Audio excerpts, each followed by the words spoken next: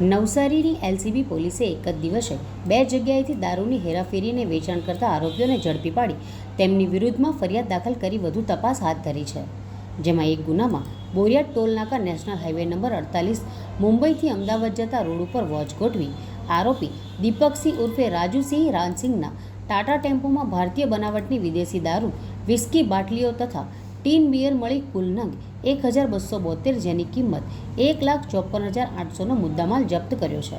જ્યારે બીજી ઘટનામાં ભાગળ ગામ મોટા ફળિયા ગણદેવી નવસારી ખાતે વોચ ગોઠવી સંગીતાબેન મનહરભાઈ જગુભાઈ પટેલ તેમજ વિકાસ શંકરભાઈ પટેલના મકાનમાં ભારતીય બનાવટની વિદેશી દારૂ વિસ્કીની છૂટી કુલ બોટલો 657, જેની કિંમત ₹70,200નો ગેરકાયદેસર દારૂનો જથ્થો રાખી પકડાઈ ગયેલ હોવાથી પકડાયેલ આરોપીઓ તથા વોન્ટેડ આરોપી વિરુદ્ધમાં ગણદેવી પોલીસ સ્ટેશન અને નવસારી એલસીબી પોલીસે કાયદેસરની કાર્યવાહી હાથ ધરી છે.